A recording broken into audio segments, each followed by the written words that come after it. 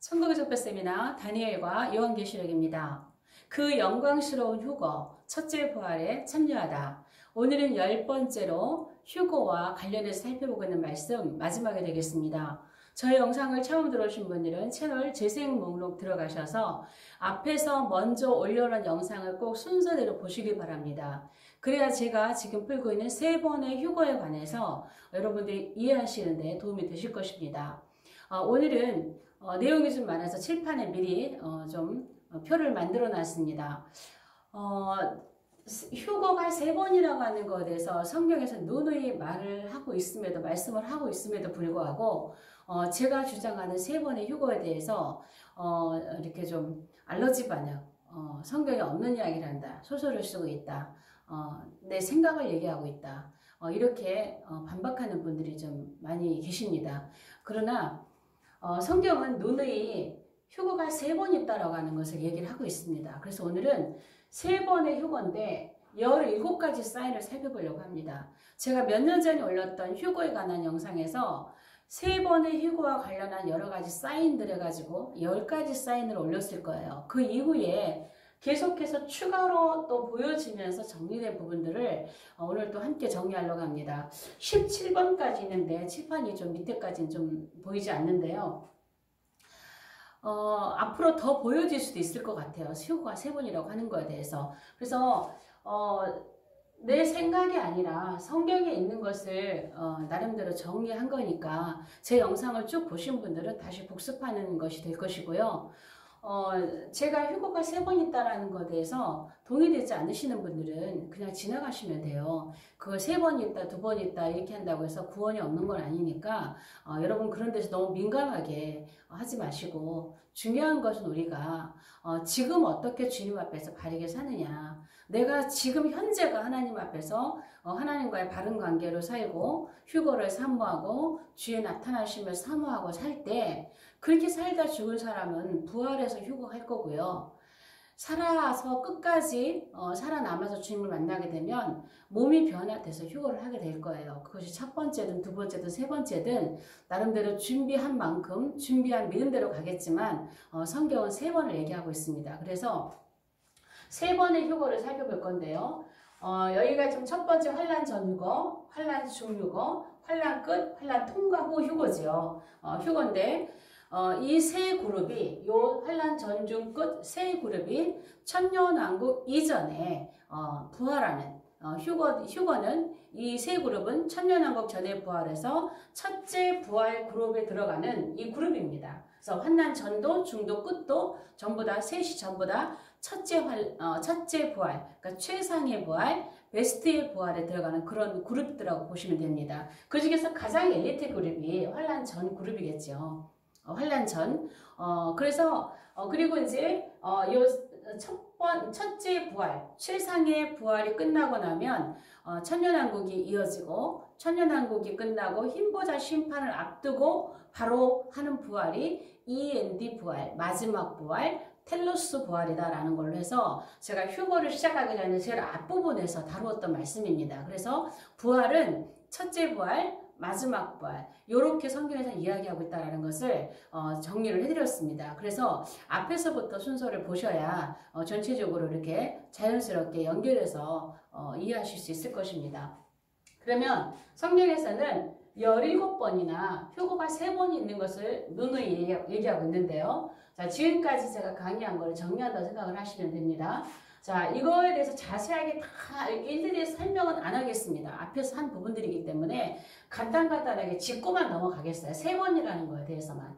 자, 요한복음 20장에, 요한복음 20장 17절에 보면은요, 예수님께서 부활하신 후에 제일 먼저 막달라 마리아에게 나타나시죠.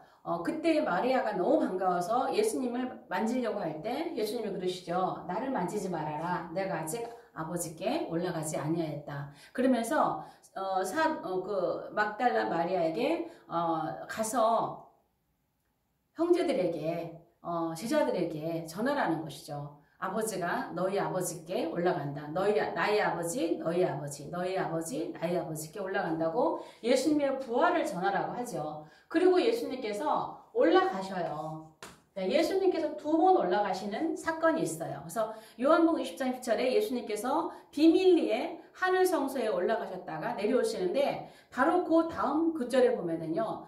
모여있는 제자들, 문을 꼭꼭 닫고 있는 그 제자들이 모여있는 곳에 예수님이 또 펑 나타나시죠. 너에게 평안이 있을지어다 하시면서 나타나시는 것을 볼 수 있죠. 그래서 그때 예수님께서 비밀리에 한번 올라가십니다.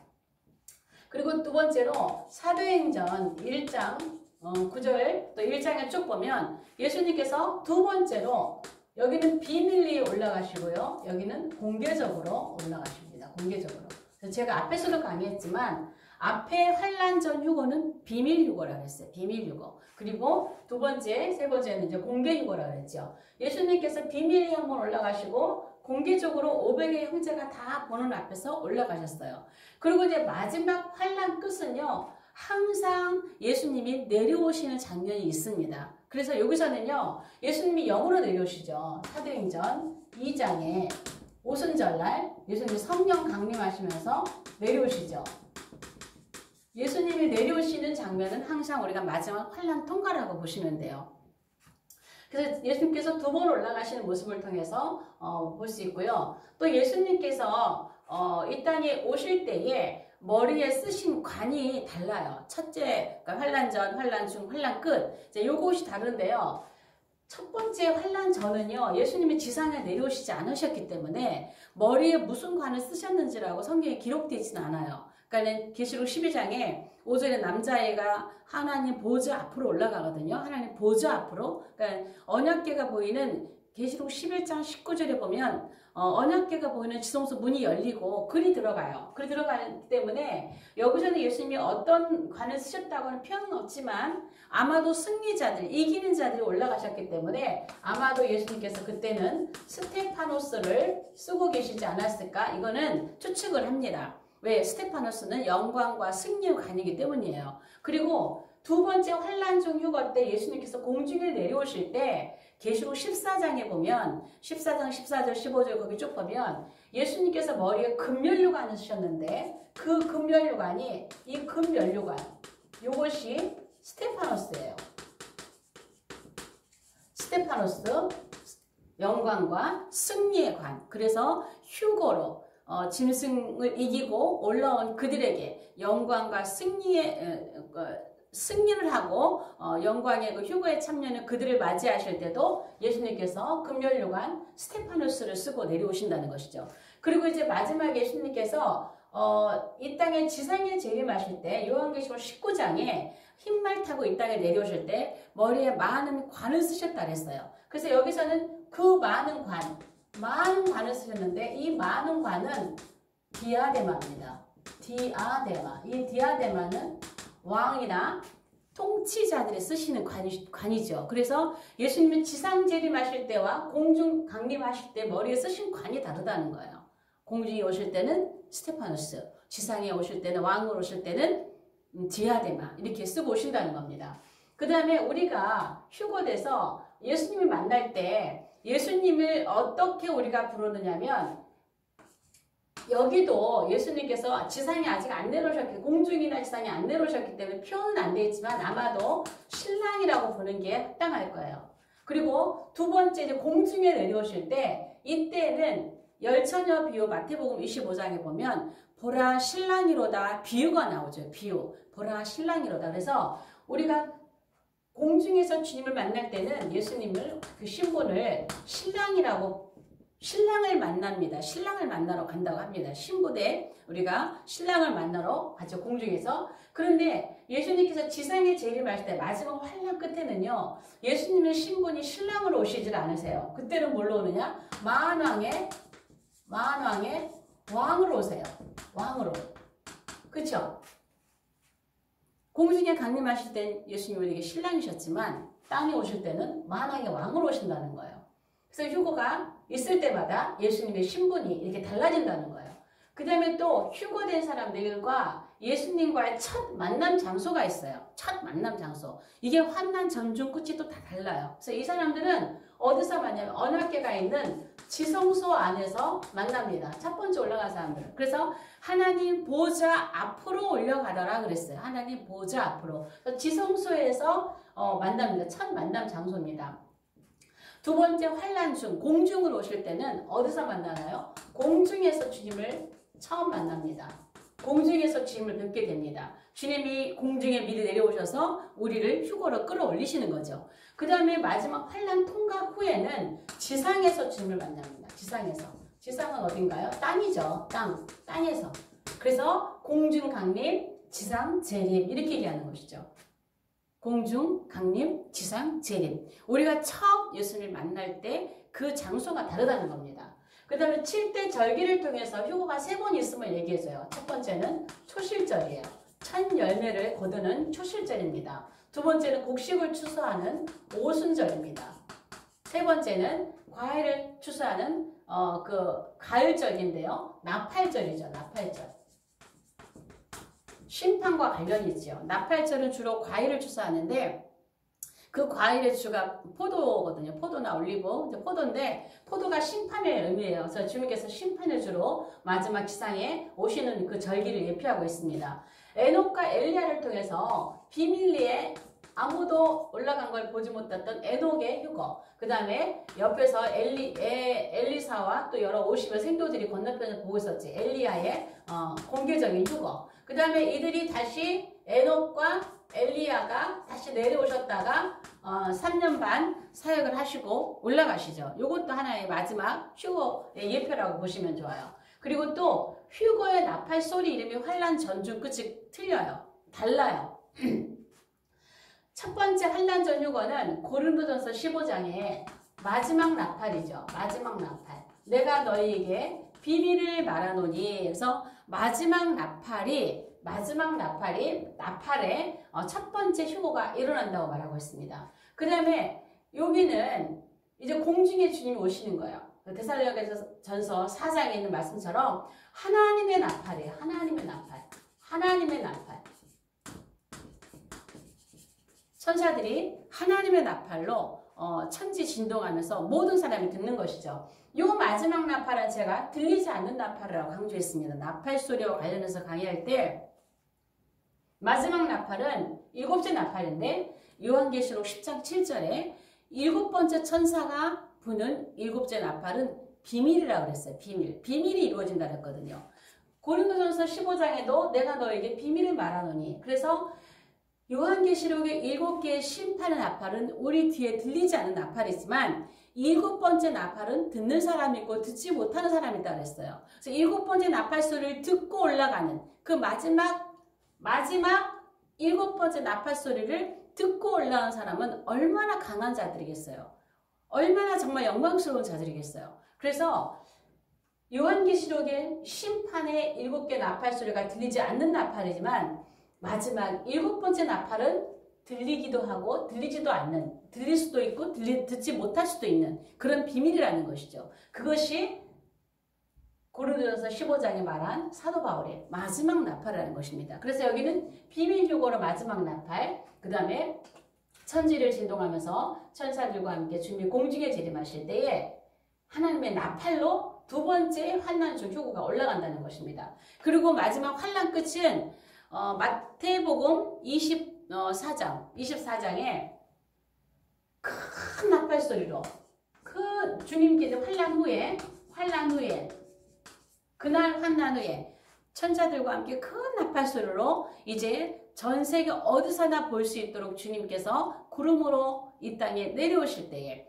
큰 나팔 소리에 의해서 이 땅에 천사들을 보내서 사방에서 다 모은다 그랬죠. 이 나팔 소리에 모아지는 세 번째 그룹입니다. 그 다음에 열천의 비유를 통해서도 이 열천의 비유도 휴거를 얘기하고 있는 거예요. 열천의 비유를 통해서도 준비하고 깨어있으라는 거거든요. 그래서 열천의 비유 가운데서 첫 번째 환난 전에 휴거되는 그 비유가 그 내용 가운데 어떤 얘기냐면 보라 신랑이로다 하면서 이렇게 하면서 신랑과 함께 오는 자들이 있어요. 함께 오는 자들. 신랑과 함께 오는 자들이 있어요. 불을 밝히면서 보라 신랑이로다 하면서 신랑을 모시고 함께 오는 자들. 그들이 환란 전 휴거로 저는 봅니다. 그 다음에 환란 중은요. 이 땅에 이제 주님이 지상에 내려오신 거잖아요. 아니, 내려오셨다고 비유를 이야기하고 있잖아요. 그래서, 근데 신랑으로 오셨단 말이에요. 그래서 여기는 지금 여기에서 이 열천의 비유에서 환난 전, 중, 끝을 그 비유 안에서 얘기하는 것은 두 번째는 지혜로운, 환난 중에는 지혜로운 5처녀입니다. 이 처녀들은 환난 중에, 환난 초기에 혼인잔치에 들어가는 그러한 그룹입니다. 마지막 환란 끝에는요. 미련한 5처녀가 있죠. 미련한 5처녀. 이들은 어떻게 해요? 깜깜한 밤중에 기름을 사러 갔다가 깜깜한 밤에 기름을 사러 가는 게 얼마나 힘들겠어요. 그래서 이들은 그 깜깜한 밤중에 기름을 사러 갔다가 다시 돌아오잖아요. 그래서 그때 환란을 통과하고 들어오는 그룹으로 봅니다. 그 다음에 요한계시록 11장에 성전 측량 얘기가 나와요. 성전 측량 얘기가 왜 나오냐면 계시록 11장에 두 증인이 나오거든요. 두 증인이 휴거와 너무나 그 관련이 깊어요. 굉장히 중요한 사인이에요. 그래서 두 증인 이야기 들어가기 전에 성전 측량 얘기를 하고 있어요. 그래서 성전과 또 제단에서 예배하는 자들을 측량하라. 그러나 성전 밖 마당은 측량하지 말라 그러죠. 성전 방마당. 왜? 여기는 42달 동안 집 밟는다 그랬어요. 짐승이 이 42달 동안 거룩한 성을 집 밟는다 그랬어요. 제가 앞에서 강의를 한 부분이기 때문에 간단하게 지금 이렇게 짚고 넘어갑니다. 그래서 이들은 집 밟히면서 환란을 통과하고 들어오는 자들이에요. 이들은 깜깜한 밤에 기름을 사러 갔다가 오는 환란을 통과하는 자들이에요. 그래서 성전에 있는 자, 제단에 있는 자, 그리고 마당에서 짓밟히는 자, 이렇게 봅니다. 그리고 또 휴거 후에 요한계시록에서 휴거된 이후에 그들이 모여있는 장소를 보여주고 있어요. 계시록 14장에 보면 맨 처음에 시온산에 모여있는 14만 4천 그룹이 있습니다. 그들은 이마에 어린 양의 이름과 아버지의 이름이 써있다고 그랬어요. 그들의 이름이 써있는 이유는 천년왕국에 들어가서 아버지의 이름과 어린 양의 이름을 가르친 하나님의 종들 14만 4천이라고 제가 강의를 제가 휴거 강의 들어가기 전에 14만 4천을 먼저 풀었습니다. 왜 14만 4천과 이 휴거도 굉장히 연결해서 풀어야 될 부분들이 많이 있기 때문에 앞에서 이야기를 했습니다. 그래서 시온산에 있는 이마에 아버지의 이름 또 어린 양 이름이 써있는 14만 4천. 그 다음에 또 한 무리가 더 있었죠. 하나님의 보좌 앞에서 새 노래를 부르고 있는 14만 4천. 이들은 하나님과 어린 양과 어린 양에 속한 자들. 이들은 전부 다 하나님과 어린 양에 속한 자들이다. 그래서 시온산과 하나님 보좌 앞에 있는 그 장소를 보여주고 있어요. 두 번째, 환란 중에 휴거되어 있는 이들이 모여있는 장소는 어디라고 보여주냐면 불 섞인 유리바다라고 해요. 불 섞인 유리바다. 자, 계시록 15장에 나와 있죠. 불 섞인 유리바닷가에. 그러니까 왠지 조금 그 환란을 통과한 흔적이 사인이 조금 보이고 있죠. 불 섞인 유리바닷가. 그 다음에 세 번째 환란 통과자들은요. 장소는 어디라고 나와 있지 않지만 이들이 이제 휴거돼서 아마 모이는 장소는 천년왕국이 될 겁니다. 왜? 이들은 천년왕국으로 바로 부활하면 직진한다 그랬으니까요. 그리스도의 제사장이 돼서 이들이 살아나면 계시록 20장 4절 5절에 쭉 보면 살아나서 그리스도와 더불어서 천년 동안 왕노릇하리라 그랬으니까 이들은 천년왕국으로 바로 들어가는 거기 때문에 거기서 모여지겠죠. 그 다음에 또 휴거된 사람들이 공중에서 7년 동안 둥둥 떠서 결혼식을 하는 게 아니라고 말씀을 드렸어요. 공중에서 올라가서 이들이 공중에 7년 동안 떠 있는 게 아니에요. 공중에 7년 동안 떠서 혼인잔치 한다고 하는 것은 전형적인 세대주의 전천년 휴거를 지지하는 분들이 하시는 말씀이죠. 그러나 저는 7년 동안 그렇게 공중에서 혼인잔치 하는 게 아니다. 우리의 휴거가 되는 시점은 전 3년반이 지나는 시점, 마지막 나팔, 7째 나팔이 부는 시점, 그때부터 휴거가 일어난다라고 말씀을 드렸습니다. 그리고 이들이 공중에서 떠 있는 게 아니라 공중에서 만나죠. 여기 공중에서 만난다 그랬잖아요. 땅에서. 그렇지만 만나서 성전에 들어가요. 성전에. 그래서 첫 번째 환란전 그룹들이 들어가는 성전은요. 언약궤가 있는 지성소예요. 지성소로 들어가요. 두 번째 이 환란 중휴거자들은요. 계시록 15장 5절에 보면은요. 증거 장막 성전이라고 했어요. 증거 장막 성전으로 이를 들어갑니다. 증거 장막 성전 문이 열려요. 왜 열리겠어요? 그들이 성전에 들어가겠죠. 들어가서 뭐 할까요? 아마도 거기에서 그리스도의 심판대가 그 심판대가 거기서 있지 않을까. 거기서 또 새로운 사명을 받는 거죠. 고을을 또 몇 고을을 받고 천년왕국에서 또 일을 해야 될 것들이 있잖아요. 그래서 그들이 그런 어떤 그리스도의 심판대가 이루어지는 것이 공중에서가 아니라 성전 안에서 있는 걸 봅니다. 그럼 마지막 그룹은 어디로 갈까요? 마지막 그룹 이들은 천년왕국 들어가는 거니까 이들은 굳이 성전과 연결시키자면 에스겔 성전이죠. 에스겔 성전으로 들어가겠죠. 이제 천년왕국 들어가면 우리가 예배하는 곳은 에스겔 성전이 될 것입니다. 그리고 또 이들에 대한 무리를 표현을 하고 있는데요. 이 세 번의 휴거에 대한 무리 이름이 다 달라요. 그래서 계시록 14장에 보면 계시록 14장에 4절에 보면 환란전 휴거자들은요. 이들은 처음 익은 열매다 이렇게 표현을 해요. 그래서 첫 열매죠. 첫 열매니까 초실절 열매예요. 계시록 14장 4절에 이들은 처음 익은 열매다 얘기하고 있어요. 그 다음에 계시록 14장에 14절로 가면은요. 14절로 가면 14절 15절 거기를 보면은요. 곡식이 다 익었나이다 이렇게 해요. 곡식이 다 익었대요. 곡식이 다 익었으면 어떻게 해야 되겠어요? 이제 거두어 드려야 되겠죠. 추수를 해야 되겠지요. 그래서 이거는 이제 그 초실절에 곡식이 다 익는 게 아니고 군데군데 이게 처음 익은 열매가 있잖아요. 그래서 여기서는 이들을 이 무리 이름을 첫 열매라고 한 거예요. 아이고 미안해요. 첫 열매 여기가 아니고 이 무리 이름을 첫 열매라고 처음 익은 열매라고 초실절 열매라고 얘기를 한 거예요. 곡식이 다 익었나이다. 그 다음에 이들이 마지막에는요. 이 무리 표현이 여기 이제 세 번째 환란 통과 그룹은요. 어떻게 표현하고 있는지 조금 다른데 마태복음 24장 31절에 보면은요. 사방에서 모으더라 그래요. 사방에서 모으더라. 사방에서 모으더라. 자, 이것을 어떻게 연결을 하냐면 이제 마지막은 맨 처음에 환란 전은 처음 익은 열매, 초실절 열매지만 두 번째 곡식이 다 익어서 거둘 때는 오순절 열매거든요. 그래서 오순절이에요. 여기 오순절 열매거든요. 그래서 곡식을 다 거둬들이는데 그때 다 걷지 않죠. 이삭도 남겨놓고 10분의 1을 남겨놓죠. 그래서 이 마지막에 환란 통과 후에 마태복음 24장 31절에 보면 천사가 내려와서 사방으로 다 보내서 택하신 자들을 모은다 그랬죠. 이들은 살아남아있는 자예요. 환란 통과하면서 죽은 사람들도 있고 환란 통과하면서 살아남아있는 사람도 있어요. 이걸로 이들을 저는 이삭이나 남은 곡식으로 봐요. 남은 곡식. 이삭죽기죠. 이삭죽기. 그래서 그거를 굳이 성경을 표현하자면 사방에서 모으더라라고 표현되는 거죠. 이삭을 다 줍는 거예요. 사방에서 남은 이삭들 또 남은 곡식들 또 환란 통과한 성도들 이들을 다 사방에서 모으는 거죠. 자, 이렇게 표현을 따르게 하고 있습니다. 그리고 이들에 대한 무리 이름을요.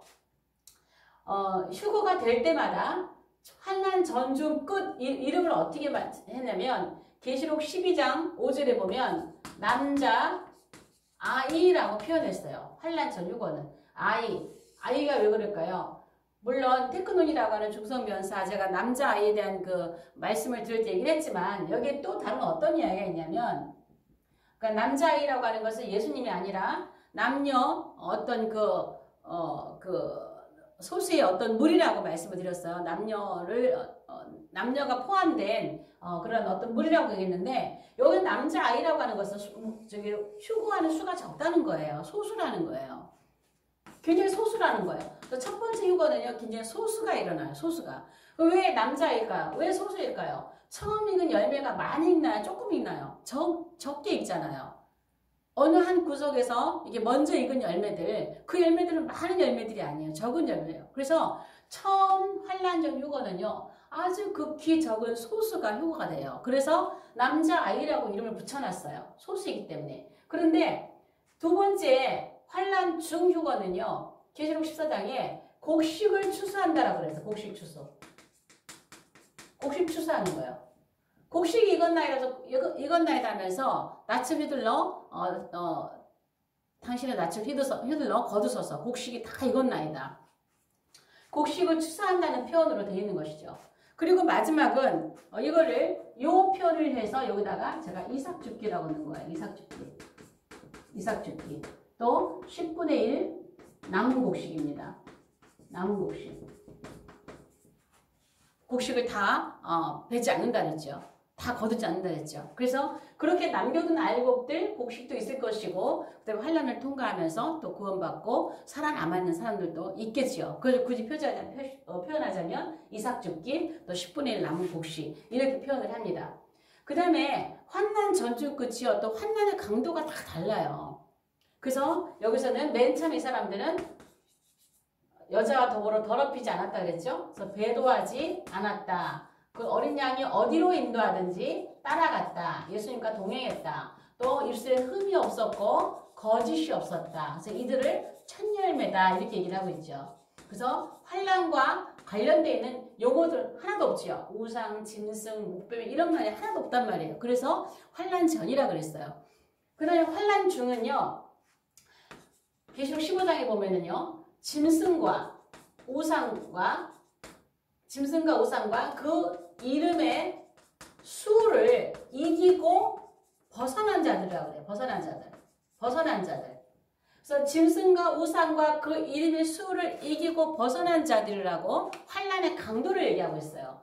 근데 여기는 지금 환란의 중심에 들어가지 않았기 때문에 목배임 받았다, 경배했다 이런 말이 없어요. 그런데 이제 마지막 환란 통과하는 사람들은요, 계시록 20장 4절에 보면은요, 이들은 분명하게 목배임 받은 자들이다. 아직 그 부활하지 못하고 있는 사람들 있죠? 목배임 받았다. 또 이들은 경배하지 않았다.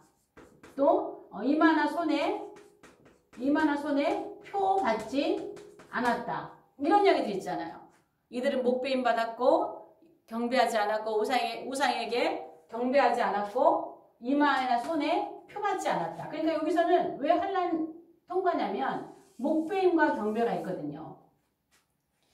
후 3년 반에 중심에 들어가면 목배임 받잖아요. 표 받지 않으면. 그래서 이들은 환란 통과예요. 그래서 이들이 환란 전주 끝이 분명하게 환란의 강도가 다르다는 거예요. 그 다음에 죽은 자 부활의 원칙, 사도 바울의 가르침에 의해서 부활의 원칙이 죽은 자가 먼저고 그 다음에 산 자가 나중이다. 이 원칙을 봤을 때 첫 번째 살아있는 자들의 휴고가 묘사됐지만 부활이 선행됐음을 우리는 인정하고 들어가야 된다. 그래서 첫 번째 환란 전에 부활의 선행 증거가 있었죠.